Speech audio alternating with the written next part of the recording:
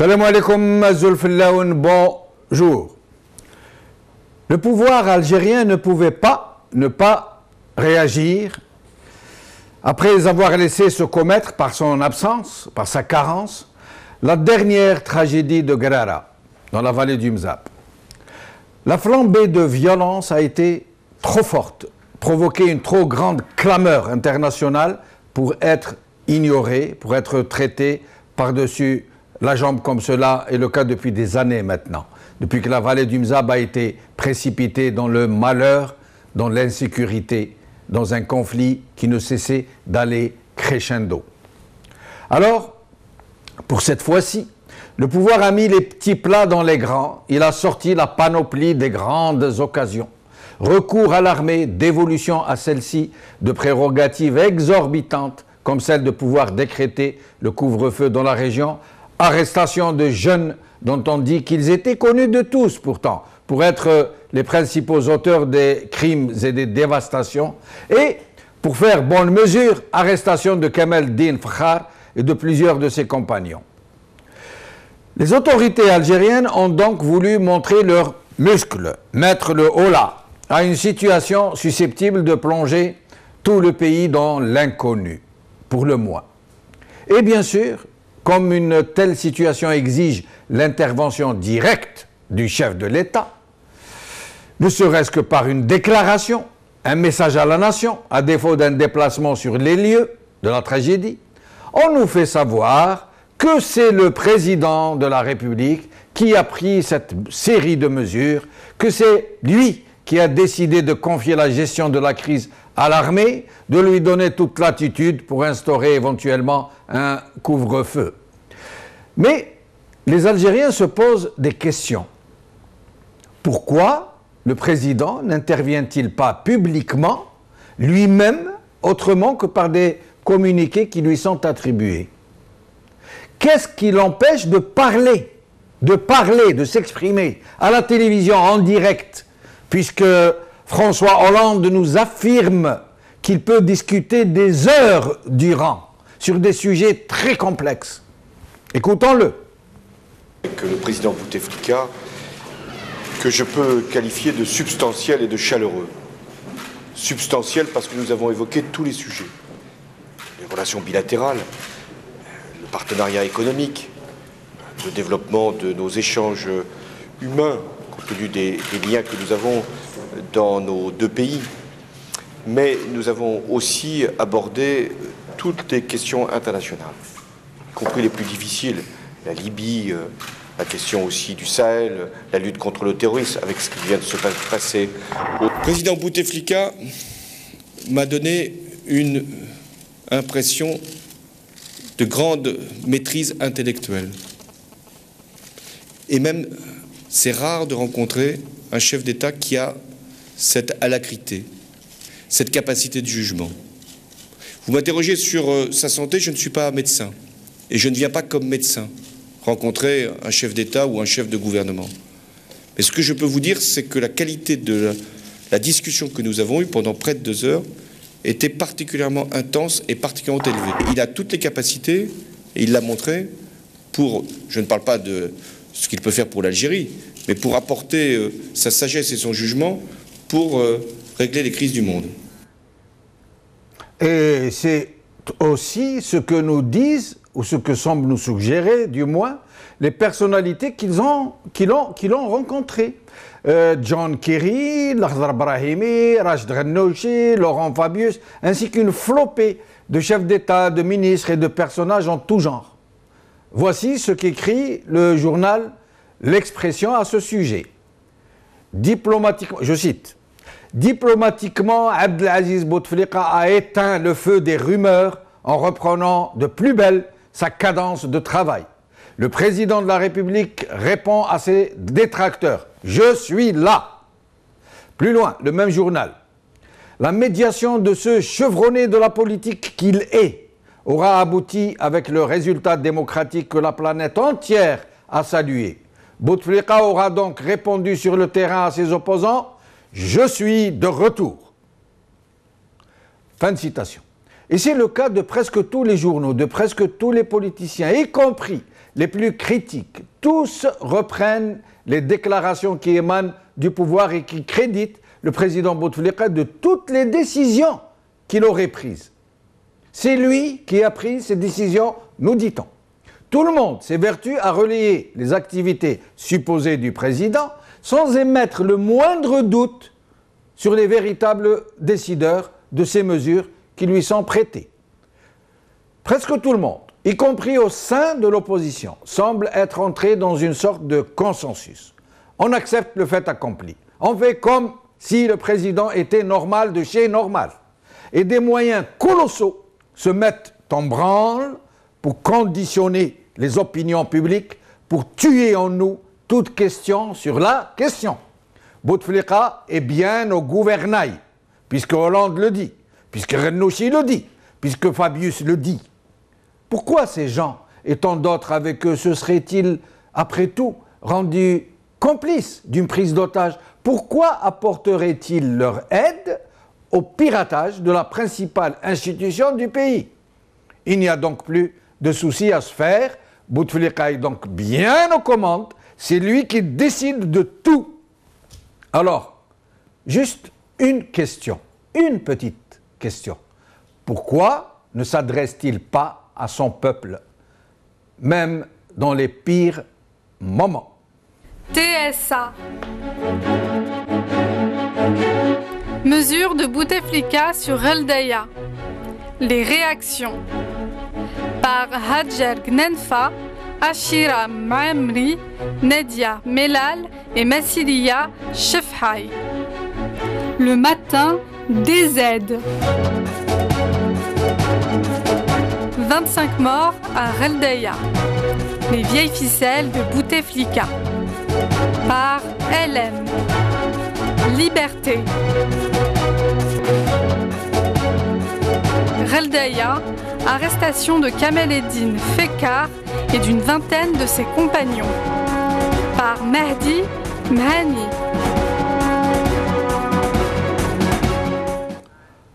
Avant de recevoir nos invités, nous allons écouter la dernière déclaration de Sellel, le premier ministre algérien. جيت باش ننفذ قرارات اللي خداها رئيس الجمهورية يوم أمس باش نسترجع الأمن والطمأنينة نهائيا في هذه المنطقة. قرارات كلكم معلمين بها أن فيه اليوم تنسيق أمني يقوده قائد الناحية العسكرية، وكذلك فيه تنسيق مع مصالح العدالة لتطبيق الصارم بكل صرامة وبدون رجوع باسم قوانين الجمهورية. لأن اليوم غير ممكن نقبل نهائيا أن الفتنة تزيد تفاقما في هذه المنطقة. Sellel nous explique donc qu'il est venu pour informer les gens des décisions prises par le président. Il était dans la vallée du Mzab, devant un parterre de notables. Avec nous, par ordre alphabétique, Ali Benouari, ex-ministre,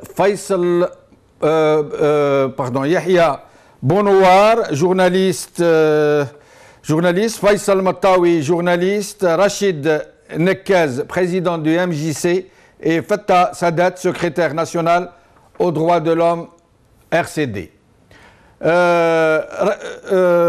Ali Benouari, merci d'être avec nous.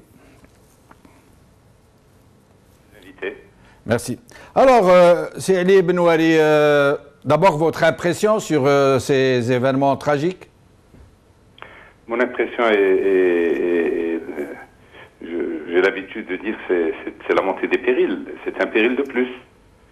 Ce que vous venez de dire me rappelle étrangement ce qui s'est passé en octobre 88, même si la comparaison n'est pas toujours n'est pas correcte. Le président Cheddi Benjedid, le 11 janvier, a prononcé un discours qui a eu de l'effet. En tant que président de la République, il s'est adressé au peuple algérien et il a réussi à arrêter les émeutes de cette façon-là. Il aurait été normal que le président Bouteflika s'adresse au peuple algérien ou s'adresse aux communautés qui aujourd'hui s'affrontent dans la vallée du Mzab. Il ne le fait pas. Il ne le fait pas parce qu'il ne peut pas. La réponse était dans votre question. L'ordre public est menacé et pourtant le président ne s'exprime pas. On réprime, on menace de réprimer, c'est ce que je retiens du discours du Premier ministre. Mais le problème de fond, il ne l'a pas abordé. Je ne sais pas si des mesures à caractère répressif pourront régler une question épineuse qui ne date pas d'aujourd'hui. La question entre la communauté mozabite et ses voisins, cet affrontement est ancien, le clivage est ancien.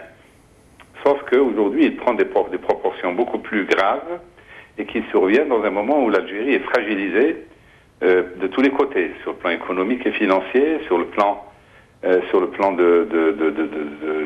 comment dirais-je, de la contestation généralisée à laquelle nous assistons aujourd'hui. Donc aujourd'hui c'est le Mzab, hier c'était la Kabylie, demain on ne sait pas.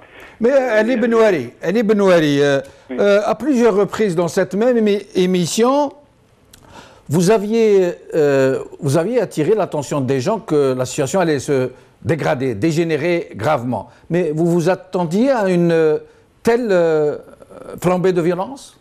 Absolument, absolument. Elle survient peut-être un peu plus tôt, mais j'ai toujours dit que la région le conflit du Mzab est une poudrière qui risque d'exploser à tout moment et donner prétexte aux forces étrangères, au prétexte de protéger une minorité nationale, d'intervenir. On l'a vu dans d'autres pays et ça peut se produire en Algérie. Donc le danger est également à ce niveau-là. La situation est extrêmement grave. Un conflit qui, somme toute, je rappelle qu'il est ancien, un pouvoir fort, un pouvoir légitime, aurait pu intervenir et régler la question en écoutant les protagonistes et en prenant la dimension du problème. Je ne pense pas que ce soit un problème confessionnel à la base, mais il peut le devenir. Il peut devenir un problème similaire à celui du Yémen avec la communauté Houthi. Donc c'est extrêmement grave. Si on le laisse déraper, apparemment, on laisse ce problème déraper. Donc il y a un dérapage extrêmement grave. Et vous savez, j'ai envie de dire que l'ordre public est menacé, bien sûr, mais la responsabilité du pouvoir, elle est engagée, pleinement engagée. Le pouvoir, ce n'est pas une épicerie, ce n'est pas une entreprise qu'on peut laisser aller en faillite, tomber en faillite. La responsabilité de l'État est beaucoup plus grande parce que l'État ne peut pas laisser un pays aller en faillite. Ali Benouari, restez avec nous, je reviendrai vers vous tout à l'heure pour vous demander si vous avez des solutions, si vous envisagez des solutions, si selon vous il existe des solutions possibles. Yahya Abou-Noar, merci d'être avec nous. Je vous remercie. Yahya, ces décisions attribuées au président Bouteflika, des décisions très énergiques vraisemblablement, qu'est-ce que vous en pensez? Écoutez, cette histoire, cela fait maintenant, avant même l'élection, que le chef de l'État ne s'est pas adressé à la nation, à part le discours qu'il n'a pas pu terminer juste après l'élection. L'investiture. Voilà, il n'a pas pu terminer son discours et on a vu son frère envoyer quelqu'un pour l'arrêter parce qu'il était très mal en point. On lui a retiré les feuillets alors qu'il récitait pourtant un message qui lui était dicté par oreillette. Oui, mais il n'arrivait pas, il n'avait plus le souffle. Oui. Et donc, son frère a préféré l'arrêter. Et depuis, personne ne l'a vu, enfin personne, à part ceux qu'il reçoit dans son bureau, et qui viennent dire qu'il va très bien. S'il va très bien devant ces gens-là, pourquoi il ne viendrait pas à la télévision et nous fait montrer cette alacrité, la montrer à son peuple. Oui. Mais pour revenir à Ghardaya, moi je tiens à dénoncer, parce que je sais qu'il y a très peu qui vont le faire, alors je tiens à dénoncer l'arrestation de Kamal El Fakhar. C'est un ancien militant du FFS, c'est un militant des droits de l'homme. Il a pris position, évidemment, il est mozabite et donc il prend position pour sa communauté. Il a dit depuis des années que sa communauté n'est pas protégée, que les forces de l'ordre, police et gendarmerie ne les protègent pas et laissent les autres les violenter. Et aujourd'hui, ça arrive et il y a plus de 20 morts et c'est lui qu'on va arrêter. Alors je ne dis pas, pour faire la justice, je ne suis pas un juge et je n'ai pas les informations, mais je dénonce l'arrestation de Kamal El Fakhar. Il paraît qu'il y a eu des arrestations des deux côtés et donc il fallait faire bonne mesure, j'ai l'impression, pour justifier... Oui, mais Kamal El-Din Fakhar n'était pas dans la rue en train de brûler des maisons ni d'attaquer des gens. Je veux bien qu'ils arrêtent des jeunes qu'ils ont filmés, qui se filment eux-mêmes et qu'ils reconnaissent, et après arrêter un politique, un militant des droits de l'homme.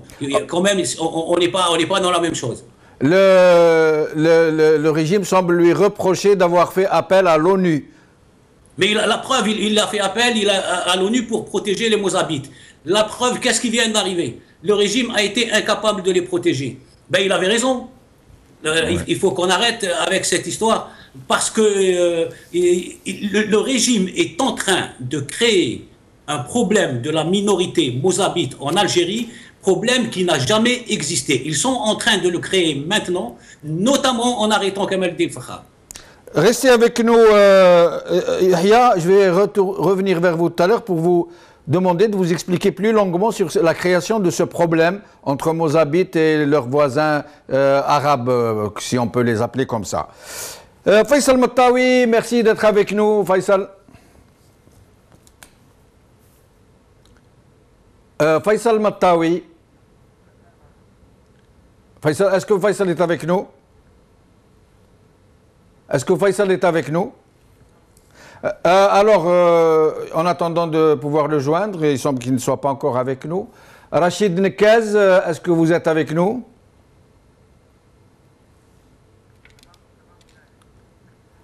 Alors, Fattah Sadat, secrétaire national aux droits de l'homme du RCD.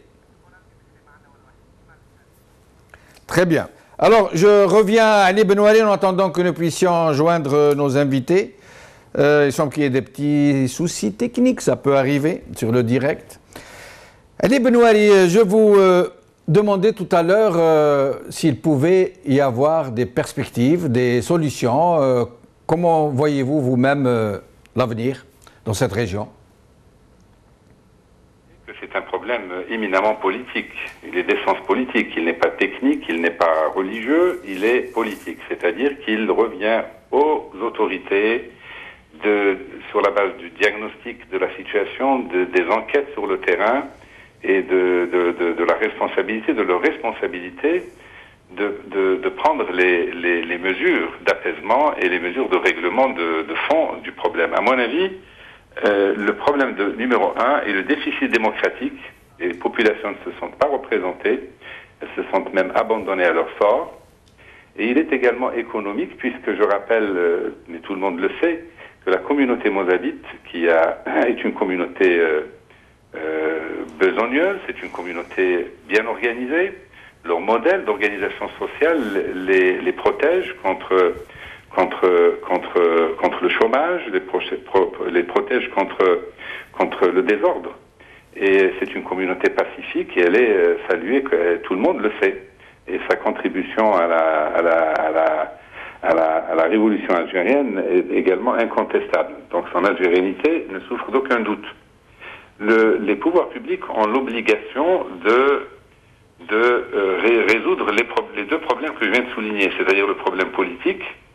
C'est toutes les idées qui sont portées par en partie le parti Nida al-Watan. Je rappelle qu'il existe, même s'il n'est pas autorisé. Pour moi et pour mes nombreux partisans, il existe, parce qu'il est porteur d'un projet pour la société, un projet de société.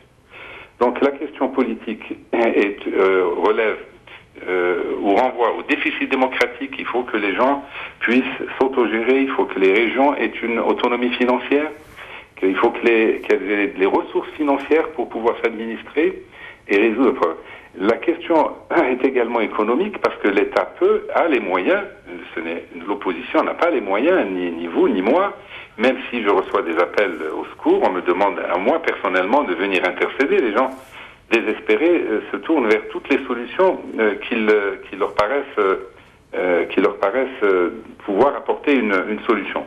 Je le ferai, discrètement, mais je le ferai, mais je ne me fais aucune illusion. Personne n'a les moyens aujourd'hui d'investir ce qu'il faut pour que les populations avoisinantes qui sont autour de la communauté mozabite puissent également connaître la prospérité, puissent trouver du travail et arrêter de jeter sur la communauté mozabite un regard concupiscent, un regard envieux, parce que probablement il y a de ça, il y a beaucoup de cela. Faute de pouvoir se tourner vers l'État, ils se tournent vers leurs voisins. Et le danger, il est là. Nous ne sommes pas loin, je pèse mes mots, nous ne sommes pas loin d'un pogrom. Parce que si la situation, à Dieu ne plaise, devait s'aggraver, je parle de la situation économique et financière, il y a fort à parier que ce conflit prendra une dimension autrement plus dramatique. Voilà un peu ce que j'ai à dire là-dessus. Donc la solution pour moi est de changer l'ordre constitutionnel totalement, pas une constitution octroyée, une constitution bricolée dans l'intérêt du pouvoir, mais une constitution qui prenne en charge la problématique la problématique de l'équilibre régional, la problématique de la représentation politique du peuple, des régions, des citoyens, qui prennent en charge la problématique de la justice, c'est-à-dire une justice indépendante, voire aller, pourquoi pas, c'est également dans le programme de Nida Al-Watan, une république parlementaire, une république laïque, oui, pourquoi? Parce que nous n'avons pas, on voit bien que le conflit qui peut prendre une dimension confessionnelle, et précisément la laïcité, mais est là pour résoudre ce genre de problème. C'est-à-dire qu'un État qui ne soit ni ibadite, ni malikite, ni autre, un État qui veille à protéger l'exercice de tous les cultes et protéger toutes les sensibilités religieuses. Également un changement de constitution qui permettrait d'établir une justice indépendante, indépendante du pouvoir, j'entends, qui puisse rendre la justice sans qu'il n'y ait intervention forcément des pouvoirs publics. Le parquet peut s'auto-saisir et il peut régler les différends quand il porte sur des atteintes à l'ordre public et à la loi. Et une justice également qui soit contrôlée par le peuple. Pour être une justice indépendante, il faut que son fondement soit identique au fondement du pouvoir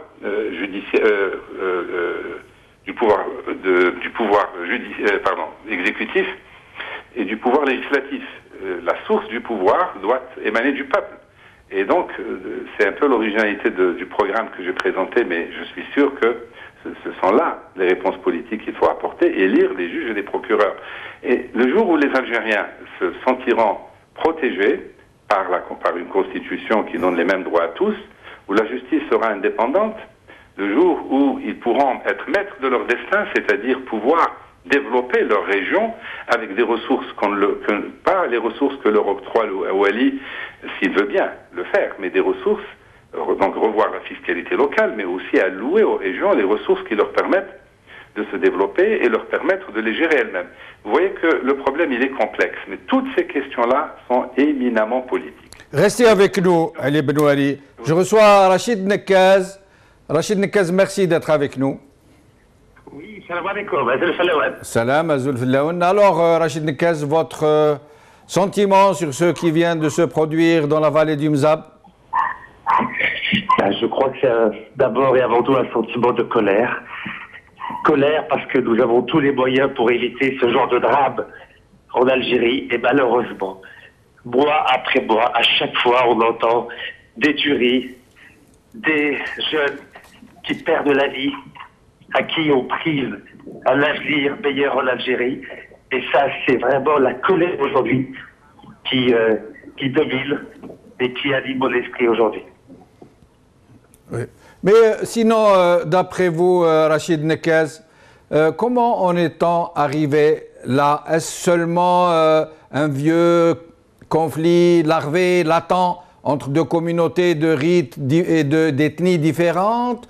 Ou est-ce que c'est des problèmes économiques qui sont répercutés, qui ont aggravé, qui ont exacerbé ces rancœurs? Est-ce qu'il y a des partis qui manipulent, qui essayent de jeter cette région dans la violence pour des motifs inavoués?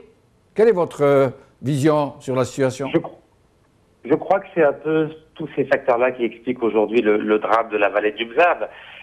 C'est d'abord, à mon sens, un problème de légitimité politique qui fait qu'il n'y a pas d'autorité de l'État qui s'exerce dans la région de Rabdaya. Je vous donne un exemple.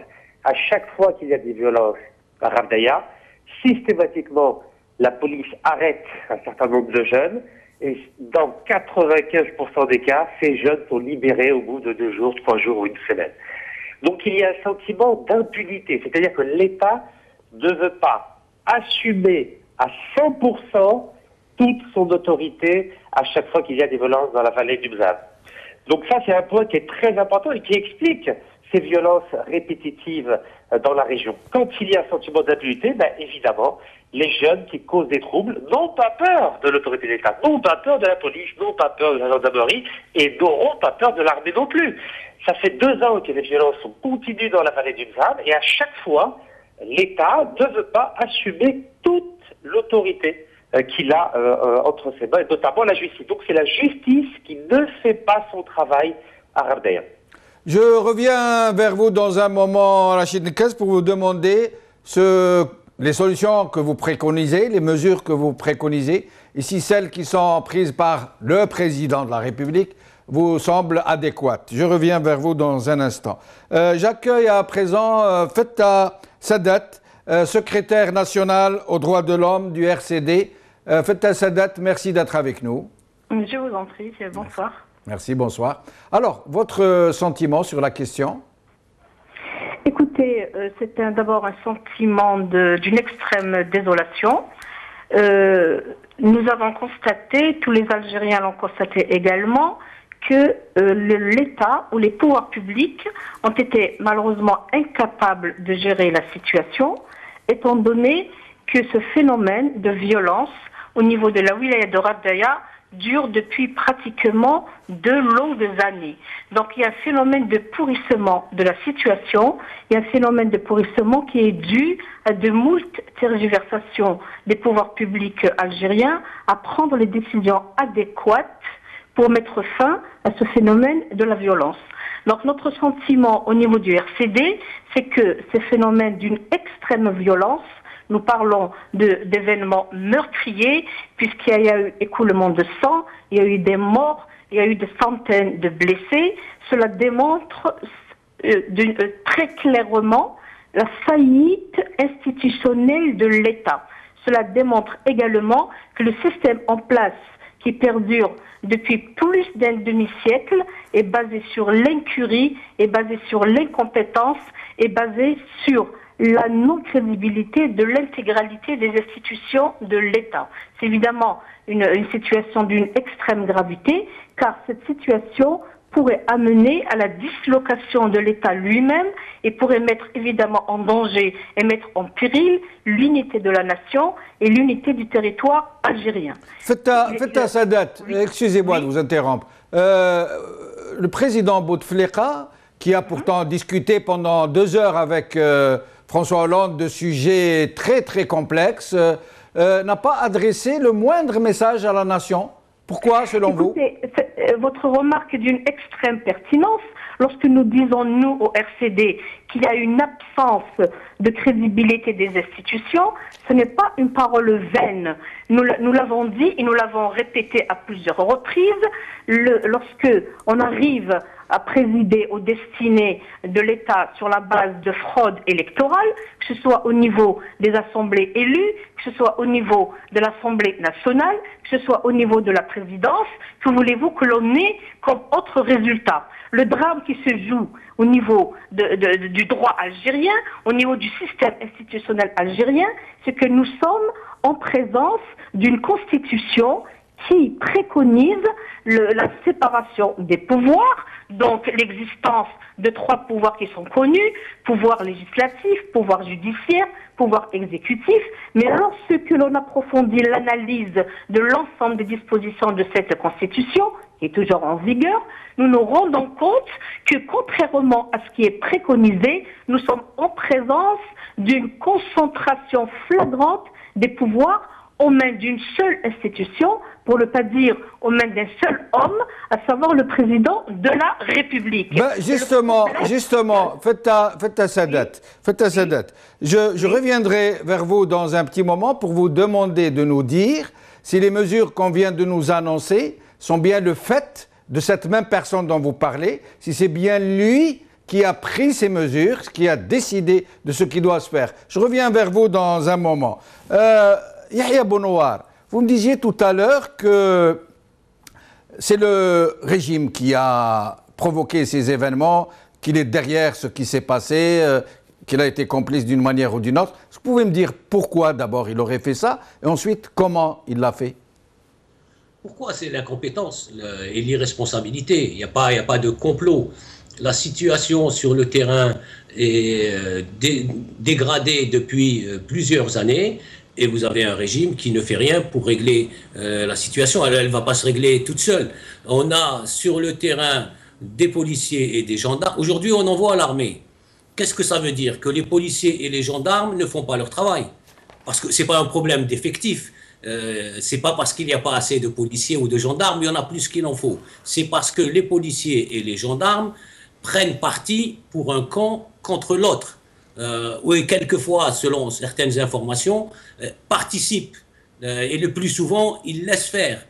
Ça, la police et la gendarmerie sont sous l'autorité de l'État. Donc, un État, ça, c'est sur le plan technique. Sur le plan politique, tout le monde le redit, ça fait plusieurs années, et un État qui ne règle, un médecin qui ne soigne pas un abcès, eh bien, à un moment, il va falloir couper. Et là, ils sont en train, quand je dis ils sont en train de créer en Algérie un problème de la minorité mozabite, c'est par leur incompétence et leur irresponsabilité, parce que j'ai pas envie d'aller chercher plus loin est-ce qu'il y aurait un complot. Mais ils sont, de fait, ils sont en train de le créer. Ils ne l'ont pas réglé.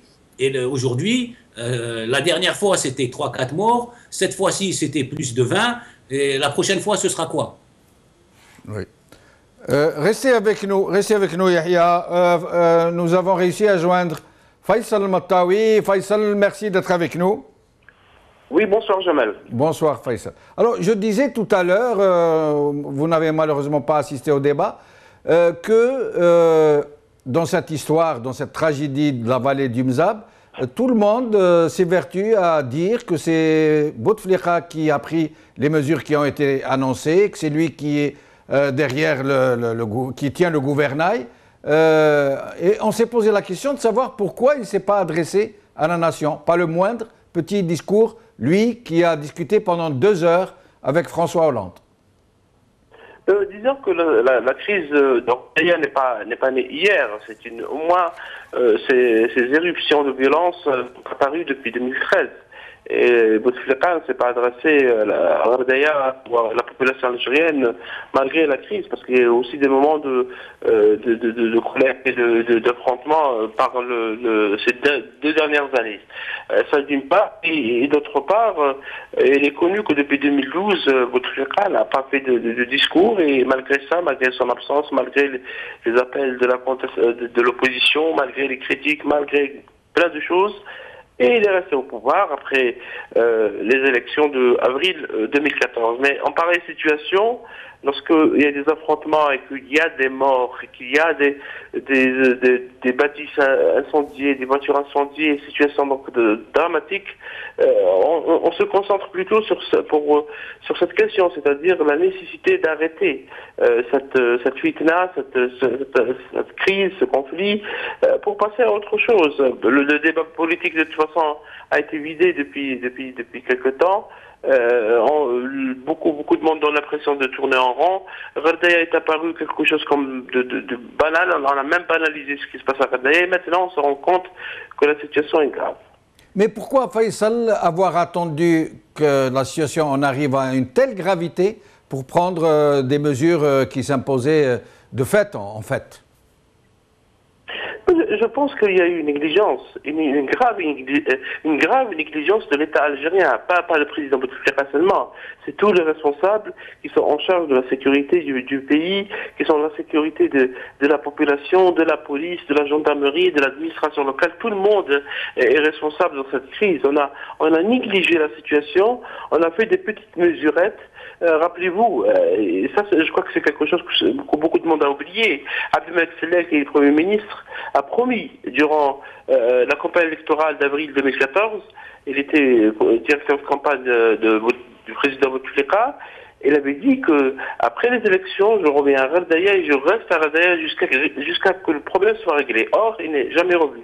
Et donc vous voyez avec quelle légèreté on prend en charge des choses qui sont graves.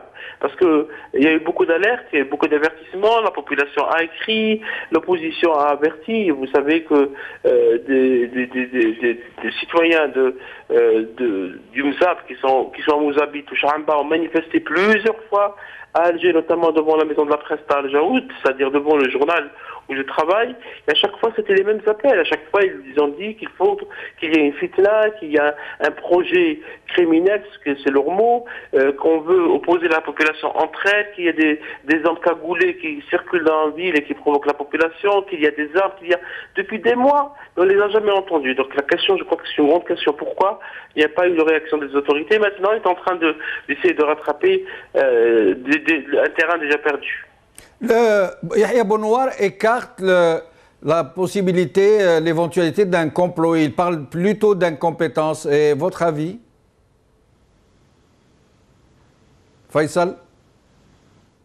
Est-ce que Faisal est avec nous? Pourquoi? Je suis là. Oui, oui. Je vous écoute. Je dis que je suis d'accord avec Yahya Bounoir. Je n'irai pas à dire qu'il y a un complot. Pourquoi il y aurait un complot pour opposer la population entre elles? Mais je pense que c'est une question effectivement d'irresponsabilité. On a eu déjà ce cas avec la Kabylie, rappelez-vous, en 2001. Il y a eu des dérives incroyables, des personnes qui ont été tuées, des affrontements avec la gendarmerie, avec la police, et on a fait en sorte que après on oublie, on passe à autre chose. Parce que nous avons malheureusement une nation oublieuse. Et l'oubli concerne tout le monde, pas uniquement les autorités, concerne également la société, l'opposition, l'ensemble de la société. On a eu beaucoup de drames par le passé et on est passé à autre chose. Jamais on posait la question qui a fait quoi, qui est responsable. Dans l'affaire de Radaya, il y aurait normalement des missions, il y aurait des poursuites pénales contre des hauts responsables, pas uniquement contre ceux qui se cacheraient derrière la fitna selon les termes de Metzler. Je pense que l'impunité qui a été introduite en Algérie à travers la charte de la réconciliation et de la paix, ce qui est appelé comme ça, c'est un peu le résultat de cette impunité. On fait en sorte que les gens commettent des crimes très graves, et après, on efface tout et on passe à autre chose. C'est ça le drame. Et à chaque fois, donc, on est face à des situations de ce genre. Restez avec nous, Faisal Mattawi. Je reviens à Rachid Nekaz. Rachid Nekaz, vous êtes avec nous, bien sûr. Rachid Nekaz. Oui, Radi Mahak. Alors, Rachid Nekaz, vous ne cachez pas vos aspirations à un destin national. Alors, ma question, vous, président, qu'est-ce que vous auriez fait en une telle circonstance? Déjà, la première chose que j'aurais faite, c'est que je me serais rendu sur place à Radaya. Je crois que n'importe quel chef d'État au monde, devant un drame pareil, la première chose qu'il fait, il prend son avion, son hélicoptère, ou sa voiture, ou son chameau, et il se rend directement à Radaya. Et il parle à la population, il écoute la douleur de la population, il essaie de comprendre les choses sur place. Il organise un conseil des ministres sur place à Radaya avec tous les acteurs, que ce soit sécuritaire, économique, militaire, social, commercial. C'est ça un chef d'État. Mais tout à l'heure, je vous ai entendu poser la question sur est-ce que c'est le président de la République qui donne les directives. Mais soyons sérieux. Il n'y a plus de président de la République en Algérie depuis 2 ans. Combien de temps on va vivre cette pièce de théâtre et cette mascarade? Il n'y a plus de président de la République depuis 2 ans en Algérie. Il faut qu'on arrête de tourner autour du pot. Ce n'est plus le président qui décide en Algérie. Vous savez, l'Algérie, c'est comme un être humain qui a un accident de la route et qui perd un bras. Et il a toujours l'impression, même en ayant perdu le bras, qu'il l'a toujours. Et bien le peuple algérien, il sait très bien qu'il a perdu son président de la République depuis 2 ans.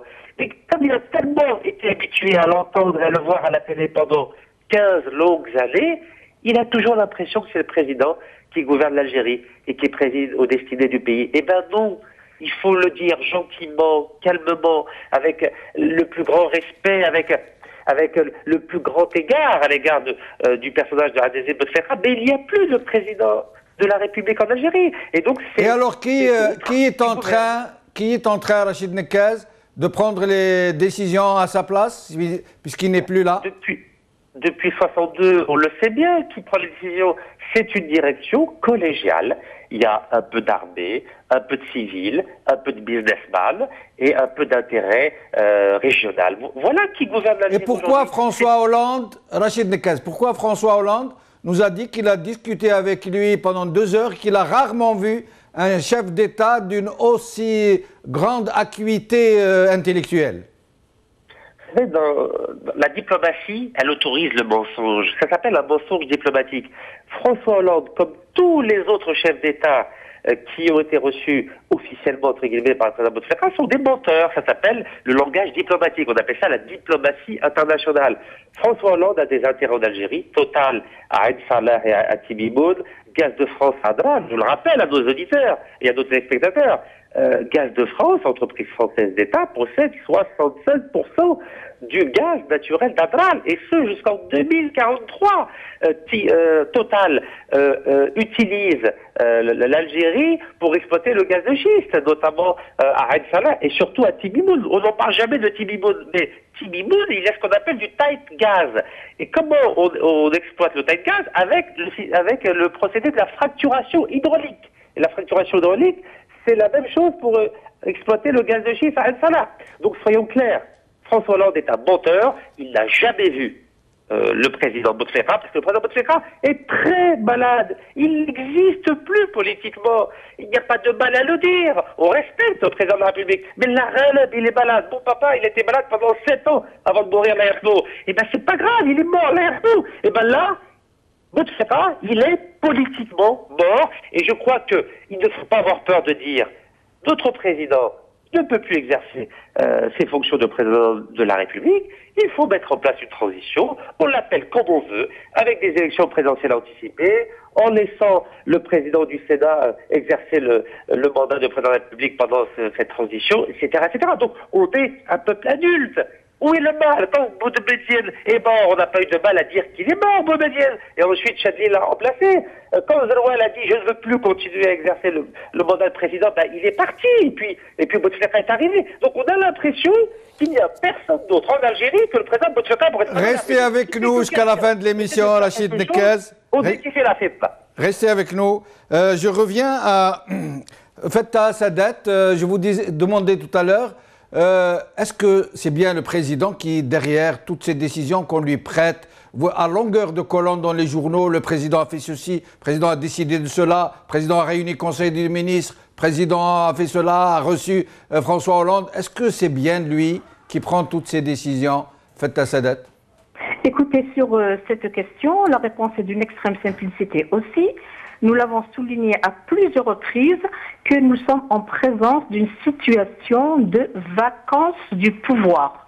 Et c'est bien pour cela que l'opposition, dont nous faisons partie aussi, réclame jusqu'à présent l'instauration urgente d'une période de transition démocratique, avec l'une des premières mesures serait de procéder à l'élection des élections présidentielles anticipées. Pourquoi y a-t-il une vacance du pouvoir? Ce n'est pas une vue de l'esprit, nous le voyons sur le terrain. Nous le voyons sur le terrain, il y a une démission totale de l'intégralité des autorités publiques de ce pays qui se devaient de prendre en charge la situation sécuritaire au niveau de la wilaya de Ghardaya et qui se devaient pour le moins d'exercer les compétences qui lui sont attribuées par la loi et également par la Constitution. Que voulez-vous? Nous sommes en présence d'une situation où, en principe, le wali lui-même se devait de maintenir l'ordre public, c'est-à-dire d'assurer la sécurité et d'assurer l'ordre au niveau de la wilaya qu'il préside.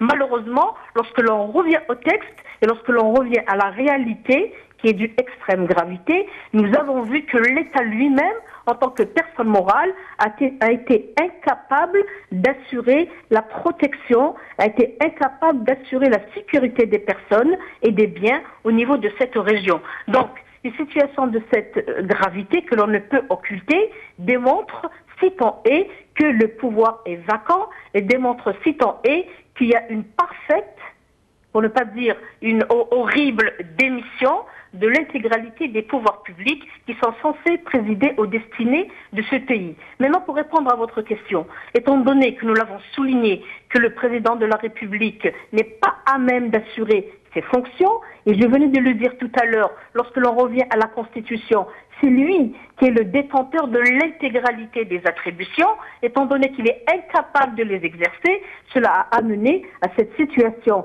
manifeste et d'une extrême gravité, à savoir que les institutions de l'État, l'intégralité de ces institutions, vivent un état de parfaite déliquescence.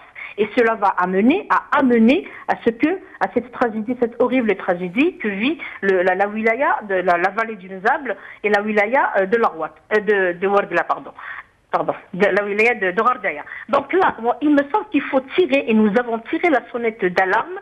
Il est grand temps de se rendre compte que l'Algérie est en péril.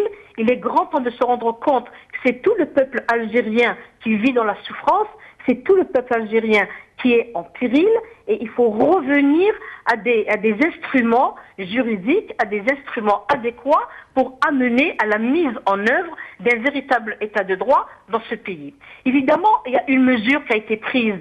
L'armée est intervenue sur le terrain. Mais là, je vous le rappelle, qu'en principe, que ce soit au niveau local, que ce soit au niveau central et national par la suite, il y a ce que l'on appelle le maintien de l'ordre public. Et ce que l'on appelle l'obligation de ce pouvoir, l'obligation des gouvernants d'assurer la protection des personnes et la protection de leurs biens. Donc là, les solutions qui ont été prises, extrêmement tardives d'une part, mais nous doutons fort que ces solutions vont apporter vraiment une solution radicale et une solution définitive à cette tragédie. Il me semble qu'il faudrait agir sur un autre plan. Et là, si vous permettez, ou alors vous allez me donner la parole pour que je développe quelles sont, à notre sens, les mesures. Nous arrivons à la fin de l'émission, malheureusement.